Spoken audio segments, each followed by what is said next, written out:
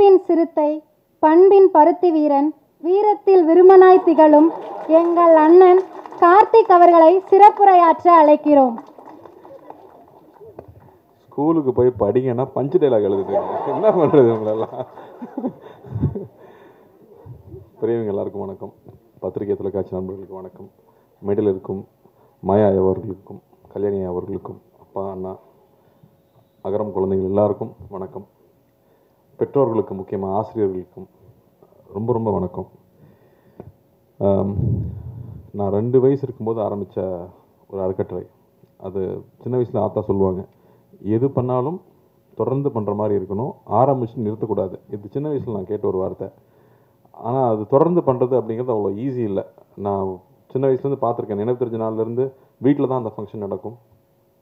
சிவகுமார் கல்வி அறக்கட்டளை ஃபங்க்ஷன் நடக்கும். நாங்கள் சின்ன பசங்களாம் ஸ்கூல் படிச்சுட்டு இருக்கும்போது இருந்தே அந்த ஒர்க்கை பார்த்துருக்கோம். இன்றைக்கி ரொம்ப ஈஸி கம்யூனிகேஷன், ஒரு செல்ஃபோன் இருக்குது, நம்ம தெரிஞ்சவங்களை எங்கேனா ட்ராக் பண்ணி பிடிச்சிடலாம். ஆனால் அப்போ வந்து ஸ்கூலில் ஃபஸ்ட் மார்க் வாங்கின பசங்க, ஸ்டேட்டில் ஃபஸ்ட் மார்க் வாங்கின பசங்களை தேடி பிடிக்கணும்னா அது ஒரு பெரிய வேலை.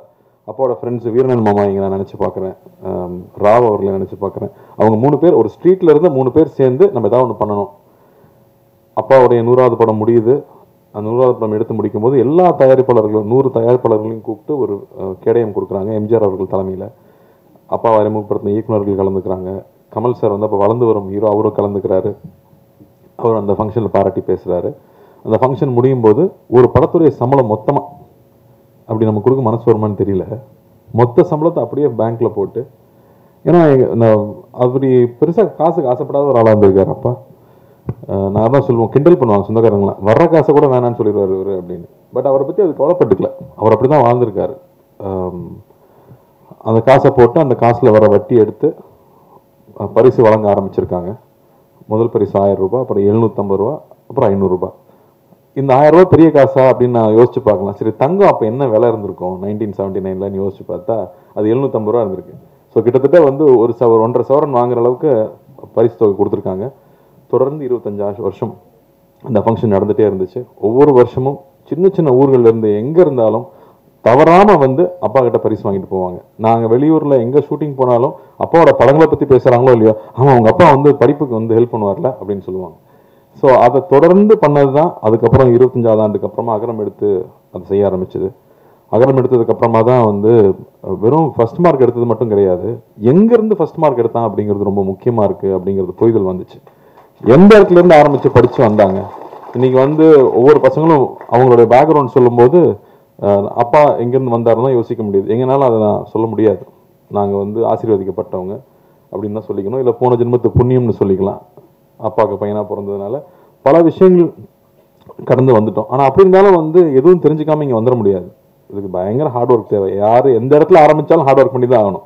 இந்த கீழேருந்து ஆரம்பித்து நான் ரொம்ப கஷ்டப்பட்டேங்க அப்படி தான் வர முடிஞ்சுன்னு சொன்னால் அது உண்மைதான். கஷ்டப்படாமல் எதுவுமே கிடைக்காது. எல்லாருமே உழைச்சி தான் வர முடியும். எந்த விலை கொடுக்காமல் எதுவுமே கிடைக்காது. அந்த விலை எப்பவுமே காசு பணம் கிடையாது. உங்கள் தூக்கமாக இருக்கும், உங்களுடைய சந்தோஷங்களாக இருக்கும். இங்கே இருக்கிற எல்லாருமே ஏதோ ஒன்று பெருசாக விலை கொடுத்து இழந்து தான் இன்றைக்கி அவங்க படித்து இங்கே வந்திருக்காங்க. அதனால் இன்றைக்கி ஹார்ட் ஒர்க்கோ நம்ம தியாகம் பண்ணிக்கிற விஷயம் என்னவோ நிச்சயமாக அது பரிசளிக்குது. இல்லைங்க நான் வாழ்க்கை பூரா உழைச்சிட்டே இருக்கேன் எனக்கு எதுவுமே கிடைக்கலன்னு சொன்னால், நீ ரொம்ப நாள் வெயிட் பண்ணால் ரொம்ப பெருசாக கிடைக்கும். நீ கொஞ்ச நாள் வெயிட் பண்ணால் சின்னதாக கிடைக்கும், ரொம்ப நாள் வெயிட் பண்ணால் ரொம்ப பெருசாக கிடைக்கும். அதனால எக்காரணத்தை கொண்டும் தளர்ச்சி ஆடவே வேண்டாம், தொடர்ந்து பயணிக்கணும்னு நான் உங்களை கேட்டுக்கிறேன். தைரியமாக இருங்க. இங்கே அகரமில் ஒவ்வொரு வாட்டியும் நான் பசங்க கேட்குறது வந்து ஊர்லேருந்து படித்து சென்னைக்கு வந்துட்டேன், சிட்டிக்கு வந்துட்டேன். பசங்களை முக்கியமாக வந்து சிட்டிக்கு கொண்டு வந்து படிக்க வைக்கணுங்கிறது தான் ஆசையை. அங்கே பக்கத்தில் இருக்கிற காலேஜில் படிக்க வச்சிடலாமே அப்படின்னா அங்கேருந்து அங்கே எக்ஸ்போசர் சின்னதாக தான் இருக்கும். நேற்று யூடியூப்பில் பார்க்கும்போது ஒருத்தர் சொன்னார், சார் நீங்கள் இந்தியாவிலேருந்து சம்பாதிச்சா 1 லட்சம் சம்பாதிக்கிறீங்கன்னா அப்படியே அமெரிக்கா போனால் 5 லட்சம் சம்பாதிக்கலாங்கிறாங்க. அப்போ சின்ன கிராமத்தில் படித்த பையனுக்கு என்ன தெரிஞ்சுக்க முடியும்? அங்கே இருக்கிற ஒரு கல்லூரியில் படித்த அந்த அளவுக்கு தான் அறிமுகம் இருக்கும். ஆனால் இங்கே இருக்கிற பசங்க சென்னைக்கு வந்து படிக்கணும், பெரிய சிட்டியில் படிக்கணும் அப்படின்னு அகரம் முடிவெடுத்தது ஏன்னு அப்புறம் தான் எனக்கு புரிஞ்சுது. ஆனால் ஒரு சிக்கல் இருக்குது. இங்கே வந்த உடனே கூட படிக்கிற பசங்கள்லாம் பயங்கரமாக டெஸ்ட் பண்ணியிருப்பானுங்க, இல்லை இங்கிலீஷ் பட்டையை கிளப்பானுங்க. அது நல்ல இங்கிலீஷாக இருக்கான்னு தெரியாத அளவுக்கு நமக்கு இங்கிலீஷ் தெரியாது. அவனும் சுமார் இங்கிலீஷ் தான் பேசுவான். ஆனால் நம்மளாம் வந்து ஓவரா அவனை பார்த்து பயப்படுவோம். ஸ்கூலில் இருக்க வரைக்கும் நம்ம கூட தெரிஞ்ச பசங்க கூட இருந்திருப்போம். ஆனால் காலேஜ் போனோன்னே பார்த்தா எல்லா ரகமான பசங்களும் வருவாங்க. அப்போ பயங்கர இன்ஃபீரியாரிட்டி காம்ப்ளெக்ஸ் வரும். சிட்டியில் படிச்சுட்டு போன எனக்கே இன்ஃபீரியாரிட்டி காம்ப்ளெக்ஸ் வந்துச்சுன்னா அப்புறம் கிராமத்துலேருந்து படிச்சு வர பசங்க இன்ஃபீரியாரிட்டி காம்ப்ளெக்ஸ் இருக்காமல் போயிடுமா? தயவு செஞ்சு அதெல்லாம் வச்சுக்காதீங்க. 1 வருஷம் 2 வருஷம் கஷ்டமாக இருக்கும். அதுக்கப்புறம் அவங்களோட பெட்டராக நீங்கள் ட்ரெஸ் பண்ணுவீங்க. ஏன்னா நான் பார்த்துருக்கேன், என் கூட படித்த பசங்க திருநெல்வேலிருந்து வருவானுங்க, அப்படியே நம்ம ட்ரெஸ்ஸிங் எல்லாம் பார்த்துட்டே இருப்பானுங்க. 3rd இயர் வரும்போது பார்த்தா நம்மளோட பெட்டராக ட்ரெஸ் பண்ணுவானுங்க. டே எங்கடா இதெல்லாம் வாங்குறீங்க அப்படின்னு கேட்டால் அவன் அவ்வளோ ஷார்ப்பாக இருப்பான். ஸோ எது வேணும்னு நீங்கள் ஃபிக்ஸ் பண்ணிட்டீங்கன்னா போதும். நான் இந்த அளவுக்கு ஸ்டைலாக பேசணும், நான் இந்த அளவுக்கு இந்த சப்ஜெக்டில் ஷார்ப்பாக இருக்கணும், இதில் தான் நான் அச்சீவ் பண்ண போகிறேன்னு ஒரு டார்கெட் ஃபிக்ஸ் பண்ணுங்க. டார்கெட் ஃபிக்ஸ் பண்ணாமல் இருந்தால் எதுவுமே கிடைக்காது. என்ன வேணும் அப்படின்னு கேட்டால் இங்கே கிடைக்குது. இந்த பிரபஞ்சம் அதுதான் சொல்லுது. ஸோ என்ன வேணும் அப்படிங்கிறத மட்டும் கிளியராக முடிவு பண்ணிட்டீங்கன்னா அப்புறம் உங்களுக்கு வந்து ஸ்டாப் பண்ணுற எதுவுமே கிடையாது. நீங்கள் பாட்டுக்கு போயிட்டே இருக்கலாம். ஏன்னா நான் 25 வயசு, எங்கள் அப்பா எனக்கு சொன்னது அதுதான், 25 வயசுக்குள்ளே வாழ்க்கையில் என்ன பண்ண போகிறேன்னு முடிவு பண்ணிவிடு அப்படின்னாரு. நானும் 18 வயசுலேருந்து யோசிக்கிறேன் என்ன பண்ணுறதுன்னே புரியல. எல்லாரும் வந்து நம்ம பையன் ஒருத்தன் வந்தானே, இங்கே யார் பிரச்சனை நீ தானே, பேசிக்லி லைக் நான் அப்போவே தெரிஞ்சது இன்ஜினியர்னு. அது ஃபர்ஸ்ட் எதை கத்துக்கிறோமோ இல்லையா ப்ராஜெக்ட் டைப் பண்ணும்போது பேசிக்கலி லைக் வந்துடும். ஸோ நானும் இந்த இன்ஜினியரிங் படிக்க வச்சாங்க. எப்படி என்ன கனவுல எங்க அண்ணன் வந்து ஃபேக்டரி ஆரம்பிப்பாரு, அதுல போய் நாம அப்படி சின்ன முதலாளியா சேர்ந்துடலான்ற ஒரு நினைப்புல அது நடக்கல. அதுக்கப்புறம் என்ன பண்றதுன்னு தெரியல. அப்புறம் தான் சரி, ஏதோ நீ வாழ்க்கையில முன்னுக்கு வரணும்னா படிச்சாகணும், நம்மளா ஒரு பாதையை தேர்ந்தெடுத்துக்கணும்னு போனேன்.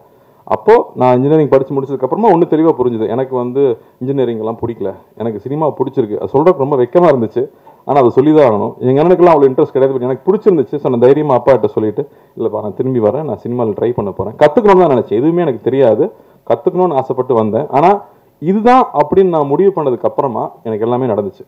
அது வரைக்கும் நான் ஆவரேஜ் ஸ்டூடெண்ட்டாக இருக்கிறது ரொம்ப கொடுமை. ஞானவேல் சார்கிட்ட நான் பேசியிருக்கேன். நல்லா படிக்கிற பையனை பாராட்டுவாங்க, நல்லா படிக்காத பையனை திட்டுவாங்க, ஆவரேஜ் மார்க் வாங்குறவன கண்டுக்கவே மாட்டாங்க. ரொம்ப கொடுமை அது. ஸோ இனிமே எது பண்ணாலும் பெஸ்டா பண்ணணும்னு முடிவு பண்ணது, எது பிடிக்குது நான் அதை நோக்கி போகணும்னு முடிவு பண்ணதுக்கு அப்புறம் எல்லாமே மாறிச்சு. அதனால என்ன வேணுங்கிறத சீக்கிரமா டிசைட் பண்ணுங்க. கொஞ்சம் கஷ்டமான வேலை தான், ஆனால் அதை சீக்கிரமா டிசைட் பண்ணிட்டீங்கன்னா அது நிச்சயமா நமக்கு கிடைக்கும். தொடர்ந்து படிங்க. கல்வி பெரிய ஆயுதமா இருக்கு. இங்கே வந்து ஒவ்வொருத்தரும் அவங்களோட எக்ஸ்பீரியன்ஸ் ஷேர் பண்ணும்போது, நாங்கள் அக்கரமுக்கு வரும்போது ஒவ்வொரு வாட்டியும் அது புதுசாக இருக்கும். ஏன்னா இப்போ யூடியூப்குள்ளே போனீங்கன்னா என்ன வாட்ச் புதுசாக வந்திருக்கு, எந்த கார் புதுசாக வந்திருக்கு, அவன் என்ன ட்ரெஸ் வாங்கினா, இதை பற்றியே தான் நியூஸ் வந்துட்டு இருக்கு. ஏன்னா நம்ம அதை தான் தேடி பார்க்குறோம். ஆனால் நீங்கள் இந்த மாதிரியான செய்திகளை இப்போ கல்யாணி சொன்னாங்க இல்லையா, இதெல்லாம் ஷார்ட்டாக வந்து அட்லீஸ்ட் 100 மில்லியன் வியூஸ் போகணும். அப்போ தான் மக்களுக்கு இதை பற்றி தெரியும். நமக்கு வந்து பகுதி நேர உதவி கிடைக்கிற பள்ளிகளை பற்றி நமக்கு தெரியுமா, தெரிஞ்சுக்கணும்னு நினச்சிருக்கோமா? இந்த மாதிரி விஷயங்கள் தான் இங்கே ஷார்ட்ஸாக கட் பண்ணி தயவு செஞ்சு பாப்புலர் பண்ணணும்னு நான் கேட்டுக்கிறேன். ஏன்னா அதெல்லாம் மக்களுக்கு தெரிஞ்சுக்கணும். இல்லாட்டி நமக்கு என்னென்ன விஷயங்கள் இருக்குது சமுதாயத்தில் நடக்குதுங்கிறது நமக்கு தெரியாமல் போயிடுது. ஸோ அது ரொம்ப அவசியம்னு பார்க்குறேன். இங்கே ஒவ்வொரு தடவை வரும்போதும் ஒவ்வொருத்தரும் பகிர்ந்துக்கிற விஷயங்கள் நமக்கு மறுபடியும் புது புது விஷயங்களை கற்றுக் கொடுத்துட்டே இருக்கு. இதெல்லாம் நம்ம சமுதாயத்தில் இருக்கான்னு தெரிஞ்சுக்கிட்டே இருக்கு.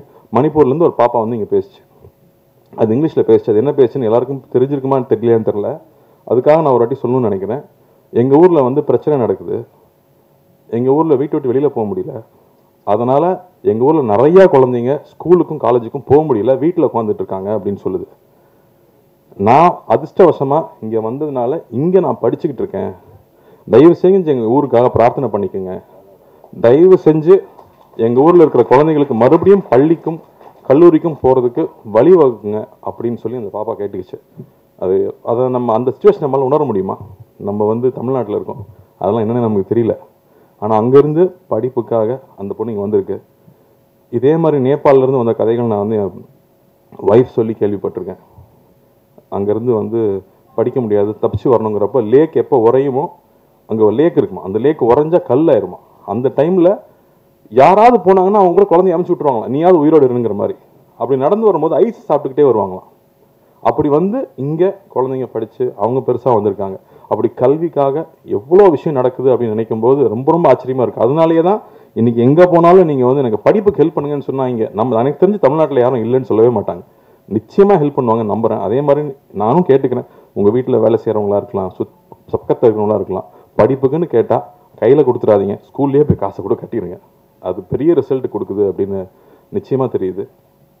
அதுக்கப்புறம் என்னோட பொண்ணுக்கு வந்து ஒரு ப்ராஜெக்ட் இருந்துச்சு. அப்பா சொன்ன மாதிரி காஸ்ட்லியான ஸ்கூல் தான், பட் எனக்கு ரொம்ப ஆசையாக இருக்கும் கிளாஸ்மேட்ஸ் வந்து எல்லா தரப்பு குழந்தைகள் பழகணும்னு ஆசையாக இருக்கும். அப்படி அவங்களுக்கு ஒரு ப்ராஜெக்ட் இருந்துச்சு. ஒரு கவர்மெண்ட் ஸ்கூலில் போய் அங்கே இருக்கிற குழந்தைங்ககிட்ட ஒரு ப்ராஜெக்ட் பண்ணி அவங்கள்ட்ட இன்ட்ராக்ட் பண்ணி, நீ ஏன் ஸ்கூலுக்கு வர்றதுக்கு உனக்கு ஏன் பிடிக்குது, உங்கள் அப்பா ஸ்கூலுக்கு அனுப்பலன்னா நீ எப்படி சண்டை போட்டு வருவ அப்படின்னு கேட்குறக்கு ஒரு ப்ராஜெக்ட். அதில் தன் வயசில் இருக்கிற குழந்தைகள் கூட போய் அங்கே உட்காந்து பேசி அவங்க ஒரு ப்ராஜெக்ட் பண்ணிட்டு வந்தாங்க. அதுக்கப்புறமா ஒரு ஒரு ப்ராஜெக்ட் வச்சு எக்ஸ்பிளைன் பண்ணாங்க. அப்போ வந்து ரொம்ப இன்ட்ரெஸ்டிங்காக ஒரு விஷயம் நடந்துச்சு. எஜுகேஷன்னா என்ன அப்படிங்கிற கேள்வியை கேட்குறாங்க, பாப்பா கிட்ட கேட்குறாங்க. அது சொல்லுது, சக மனுஷனை மதிக்க கற்றுக் கொடுக்குது அப்படின்னு. சரி, அப்போ ஓகே, அப்போது அது எவ்வளோ முக்கியமாக இருக்குது அந்த விஷயம் அப்படிங்கும்போது எனக்கு ரொம்ப ரொம்ப பெருமையாக இருந்துச்சு. ஸோ அந்த புரிதல் எல்லாருக்கூடையும் போய் பழகிறப்ப தான் கிடைக்குது. அதனால் நாமளும் குழந்தைகளை எல்லாருக்கூடையும் பழகிறதுக்கான சந்தர்ப்பங்களை ஏற்படுத்தி கொடுக்கணும். அப்போ தான் தன்னுடைய வாழ்க்கை தனக்கு கிடைச்ச விஷயங்களை மதித்து நேரான வழியில், அப்பா சொன்ன மாதிரி அந்த டிசிப்ளினும் அந்த கல்வியை நோக்கி போகிற உழைப்பும் ரொம்ப முக்கியமாக இருக்கும். ஸோ அதை நாமளும் செய்யணும்னு நான் கேட்டுக்கிறேன். வாய்ப்பளித்ததுக்கு நன்றி. ரொம்ப ரொம்ப சந்தோஷம். அகரம் தம்பி தங்கைகள் எல்லாருக்கும் என்னுடைய வாழ்த்துக்கள். தைரியமாக இருங்க, என்றைக்கும் எந்த காம்ப்ளெக்ஸும் வச்சுக்காதீங்க. ஒருத்தனுக்கு 1 வருஷத்தில் கிடைக்கும், ஹார்ட் ஒர்க் பண்ணால் நமக்கு 5 வருஷத்தில் கிடைக்கும், இல்லை 10 வருஷத்தில் கிடைக்கும். ஒர்க் பண்ணுங்கள், எவ்வளோ லேட் ஆகுதோ அந்தளவுக்கு போனஸ் பெருசாக கிடைக்கும். அவ்வளோதான்.